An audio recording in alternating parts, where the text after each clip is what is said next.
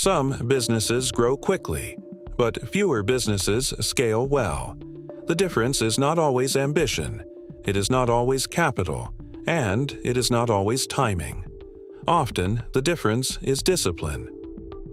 The discipline to measure what others ignore, the discipline to improve what others accept, the discipline to build processes that can survive pressure, uncertainty, and growth. This is what John D. Rockefeller understood. After he chose refining instead of oil wells, after he secured control of his business, he began building something deeper than a company. He built an operating system. Not software, not code, but a business operating system. A structure where every barrel, every shipment, every cost, every byproduct, every process, and every decision could be measured, improved, and repeated.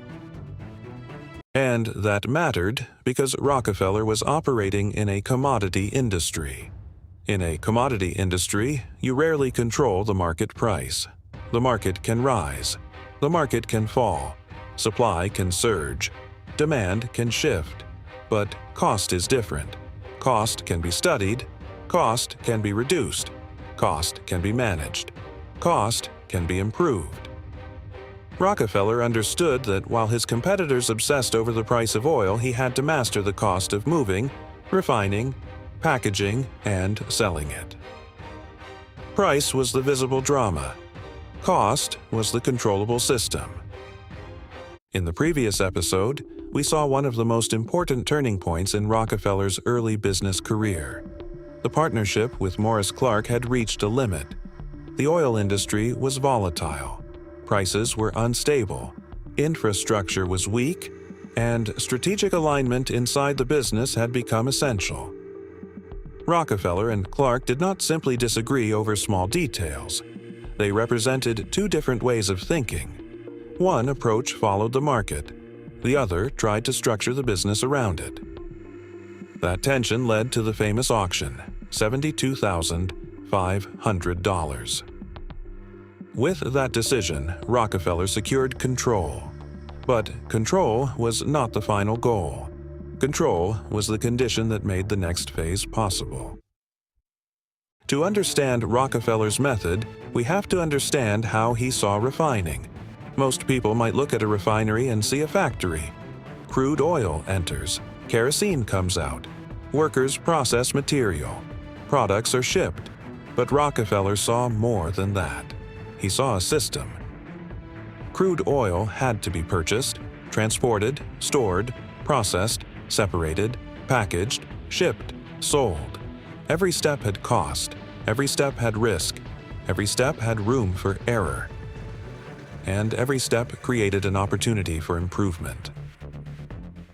So Rockefeller's question was not simply, how do we refine oil?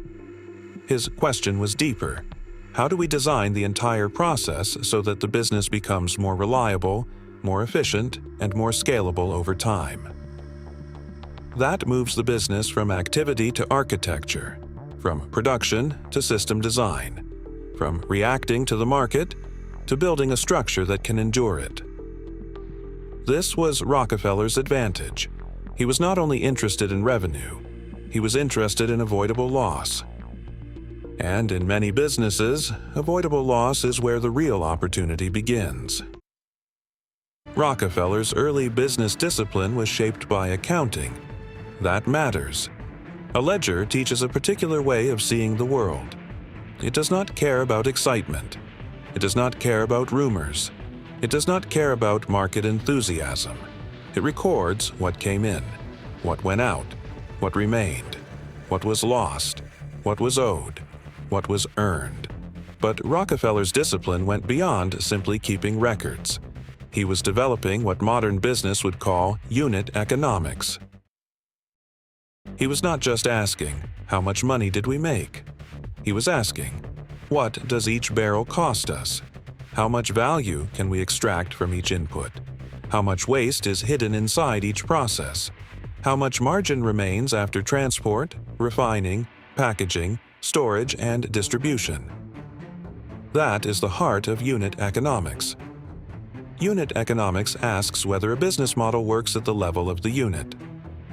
1 customer, 1 transaction, 1 shipment, 1 barrel, 1 repeated process. Rockefeller understood that if the unit economics were weak, scale would not save the business. Scale would expose the weakness. Many businesses confuse growth with a working model. They assume that if revenue increases, the business is improving. But if each unit carries hidden waste, growth only multiplies the waste. If each customer costs too much to acquire, more customers can deepen the problem. If each shipment loses margin, more shipping expands the loss. If each product is poorly controlled, volume increases operational strain. Rockefeller's mind worked in the opposite direction. Before scale, he wanted discipline at the unit level. Before expansion, he wanted process clarity. Before growth, he wanted cost visibility. The early oil industry was young. Commercial oil production had only recently begun to transform the American economy. Before Edwin Drake's well in Titusville, oil was not yet the organized industrial system it would later become. It had existed in smaller forms, collected from natural seeps, used in limited ways, sold in irregular markets. But the rise of kerosene changed everything. If crude oil could be refined into a reliable lighting fuel, it could reach households, businesses, cities, and international markets. This created enormous opportunity. But opportunity does not automatically create structure. The oil regions were chaotic. Production rose and fell unpredictably. Prices moved violently. Speculators rushed in, storage and transport struggled to keep up. Quality varied. Waste was common, and many operators were learning by trial, error, and loss. In that environment, speed was tempting. Move quickly, buy land, drill wells, expand capacity, follow the boom. But Rockefeller understood that a growing market can hide weak operations. When demand is rising, mistakes are easier to ignore. When margins are high, waste feels less urgent. When capital is flowing, poor discipline can appear harmless. But volatile industries eventually expose weak structures. Rockefeller wanted a business that would not depend on perfect conditions. He wanted a business that could survive downturns, absorb shocks, and keep improving. That required discipline before scale. This is one of the most important lessons in the Rockefeller story. If you scale a weak process, you do not create a strong company. You create a larger, weak company. Scale magnifies whatever already exists. It magnifies efficiency, but it also magnifies waste. It magnifies good systems, but it also magnifies confusion. Rockefeller understood that before trying to make the business larger, he had to make it better. One of the most famous stories about Rockefeller's operating discipline involves solder. Kerosene cans had to be sealed. Workers used solder to close them. The accepted amount was 40 drops. Most people would not have noticed. 40 drops was small, routine, technical, almost invisible. But Rockefeller noticed. He asked whether 40 drops were necessary.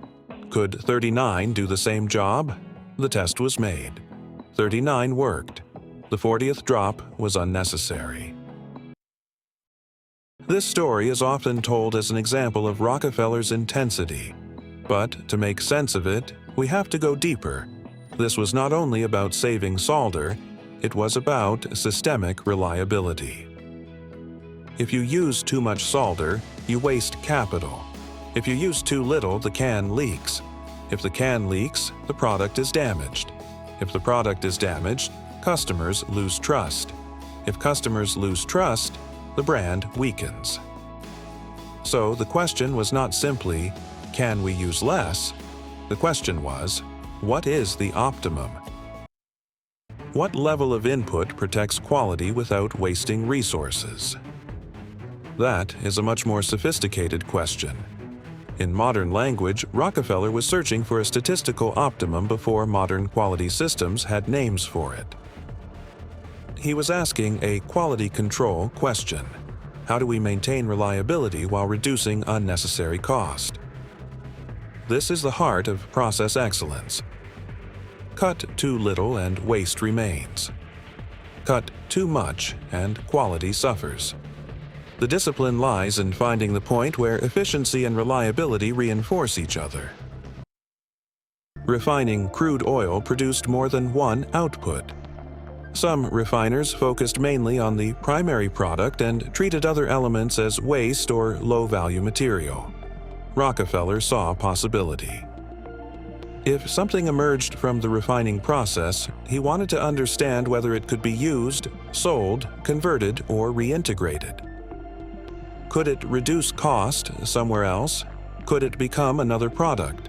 Could it improve the economics of the entire barrel? This mattered because a refiner who used more of the input had a different cost structure from one who wasted more of it. The same barrel could produce more value.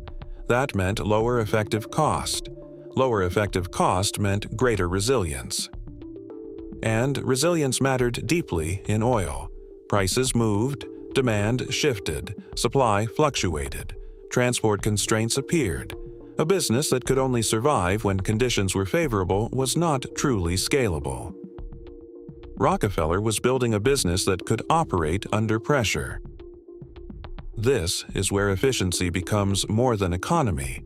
It becomes resilience. Efficiency means one thing in a small business. It means something very different in a scaled business. At low volume, a saving may be helpful. At high volume, the same saving can transform the economics of the business.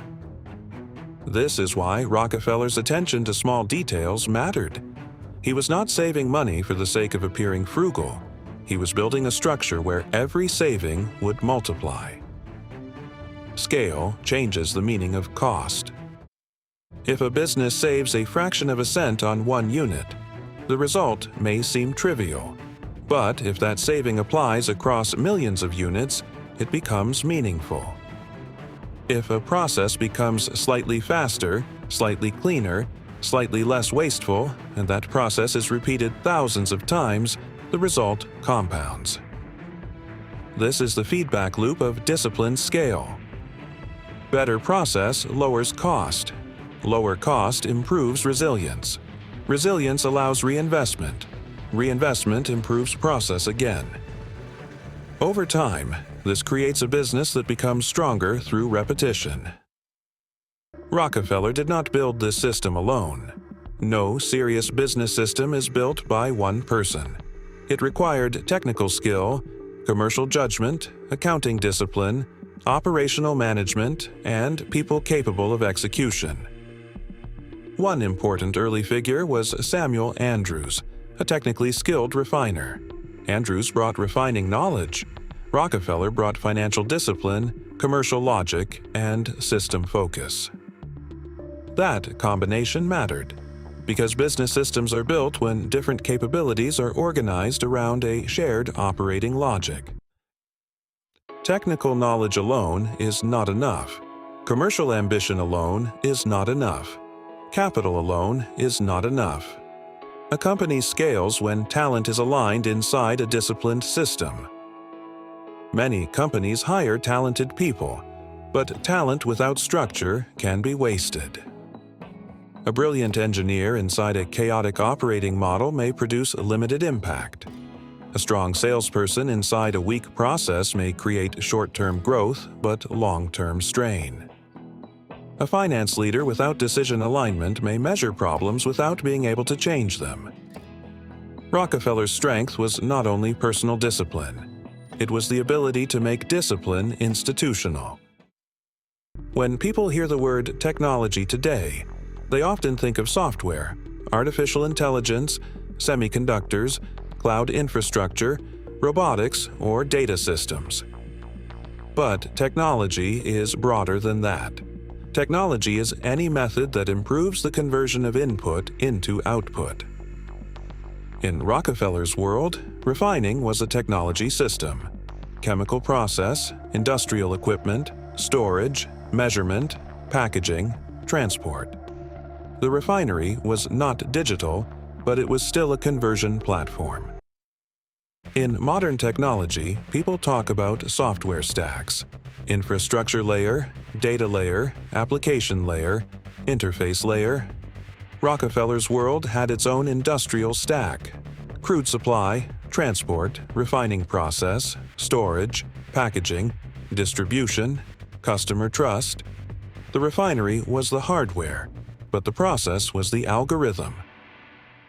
The physical equipment mattered, but the way the system operated mattered even more.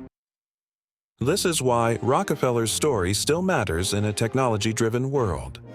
Modern industries are also built around conversion layers. In commerce, logistics converts demand into delivery. In finance, payment rails convert intent into settlement. In artificial intelligence, data centers and chips convert energy and computation into intelligence. In media, production systems convert ideas into scalable content. In automotive, platforms convert engineering into repeatable products and customer experiences. The visible product often gets the attention, but the conversion layer often determines the economics. Efficiency is not only operational, it is financial.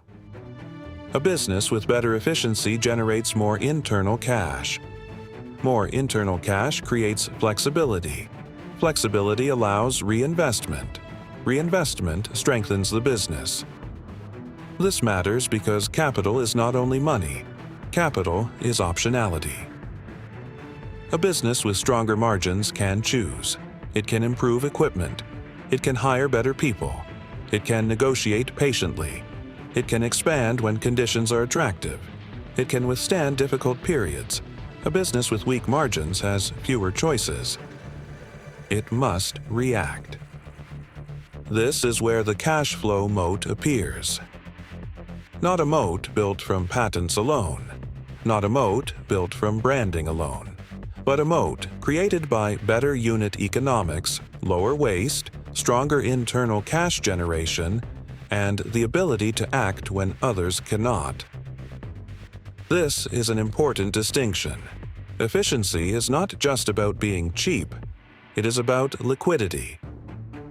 Because Rockefeller's system could generate cash even when conditions were difficult, he had the flexibility to continue improving, investing, and expanding when weaker operators had fewer choices. That kind of flexibility gives a business patience. And patience is often invisible until the market becomes difficult. There is a tendency to hear the word discipline and think of severity. But in business, discipline can be deeply constructive. Discipline creates reliability. Reliability creates trust. Trust supports customers, suppliers, employees, and investors. When a business runs with discipline, people understand how decisions are made. Processes become clearer. Standards become more consistent. Waste is reduced. Resources are used more carefully. This can make a business not only more profitable, but more durable. That does not mean discipline should become rigid. A system that cannot adapt eventually becomes fragile. But a business without discipline becomes chaotic. The strength is in combining order with learning, measurement with improvement, control with adaptation. That is why Rockefeller's story is useful. At its best, it shows how business discipline can turn a chaotic opportunity into a scalable institution. The lesson is not to become cold or mechanical. The lesson is to build a business that can learn, improve, and endure. This is where the story becomes very modern. Many founders and business builders today make the same mistake the oil speculators made. They chase the visible boom. A new market appears. Artificial intelligence, e-commerce, fintech, creator tools, electric vehicles, crypto, climate technology. Suddenly, everyone rushes in. The logic sounds convincing. The market is growing, demand is rising. Investors are interested, customers are curious. The trend is obvious. But the Rockefeller question is different. It is not, what is the trend? It is, what system does the trend depend on? Where is the bottleneck? Where is the conversion layer? Where is the cost structure? Where does value leak? Where can process improve? Where can scale create repeat advantage? Most participants rush toward the visible opportunity. System builders look behind it. They ask what must be built for the opportunity to become durable. In modern companies, efficiency appears in many forms. It may not be solder drops, it may be cloud cost, customer acquisition cost, model inference cost, warehouse routing, payment processing, fraud loss, churn reduction, production workflow, data quality, support automation. But the principle is the same. A small improvement repeated at scale becomes meaningful. This matters even for a serious media platform. Ideas must be researched, scripts must be structured, visuals must be produced, audio must be mastered, thumbnails must be tested, distribution must be planned, audience feedback must be learned from. If that process is chaotic, quality becomes expensive. If the process becomes disciplined, quality becomes repeatable. That is the same principle. Different industry, same logic. The discipline of scale is not about doing more for the sake of more. It is about making excellence repeatable. There is another business concept that helps explain why Rockefeller's model became so effective: fixed costs and variable costs. Some costs exist whether you produce a little or a lot: facilities, equipment, administrative structure, certain management costs. Other costs rise with volume: materials, transport, packaging, labor inputs, handling. A scalable business learns how these costs behave. If fixed costs can be spread across greater volume, the cost per unit can fall.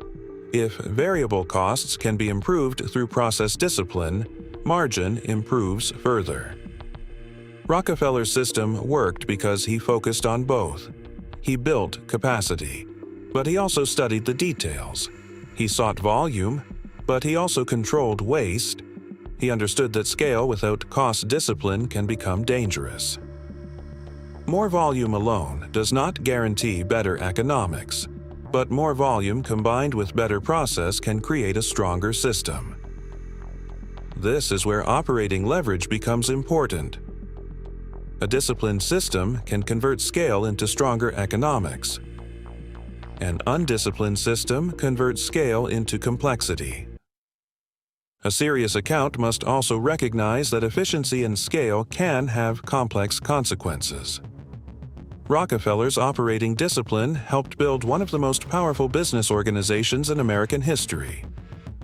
But as Standard Oil grew, it also raised major questions about market concentration, competition, railroad arrangements, and the limits of corporate influence. This matters because systems can create value. They can lower cost, improve reliability, expand access, raise standards, and build durable institutions. But systems can also concentrate influence. That is why Rockefeller belongs in Lessons Untold. Not as a simple hero, not as a simple villain, but as a case study in how business systems form, scale, and reshape markets. The deeper question is not only, how did Rockefeller succeed? It is also, what happens when operating excellence becomes institutional influence? That question remains relevant. It applies to energy, technology, finance, platforms, automotive, artificial intelligence. Every generation produces companies that organize systems better than others. And every generation must decide how to balance efficiency, innovation, competition, and accountability. At this point, the Rockefeller sequence becomes clear. Episode 1 was about positioning. Rockefeller did not follow the crowd into oil wells. He chose the scalable node, refining. Episode 2 was about control. He resolved strategic misalignment and secured ownership. Episode 3 is about discipline. He used control to build efficiency into the system. Together, these form a powerful sequence: positioning, control, discipline, scale. Most businesses try to jump directly to scale. They want more customers, more capital, more visibility, more growth. But scale built without positioning becomes scattered. Scale built without control becomes misaligned. Scale built without discipline becomes fragile. Rockefeller built the conditions first. He chose where to play. He secured the ability to decide. He improved the system repeatedly. Then scale became more sustainable. And the same sequence applies far beyond oil. A technology company must choose the right layer of the stack. A financial platform must control risk and transaction economics. A logistics company must master routing and fulfillment. A media company must build repeatable quality. An automotive business must align product, finance, and customer trust. Different sectors, same sequence: positioning, control, discipline, scale. The oil rush rewarded speed. Rockefeller built discipline. The crowd chased wells.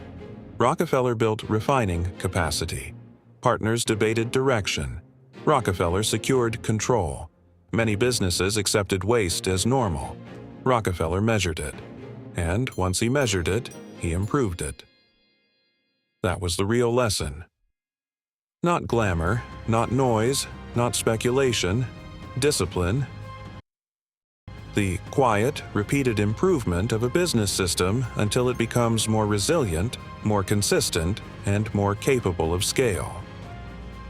That is why Rockefeller's story still matters. Because in every generation, the visible boom attracts the crowd. But lasting businesses are built by those who understand the system, control the process, and improve the structure behind it. Trends create movement, systems create scale, and discipline makes that scale sustainable. Lessons Untold: Understanding the forces that shape our world.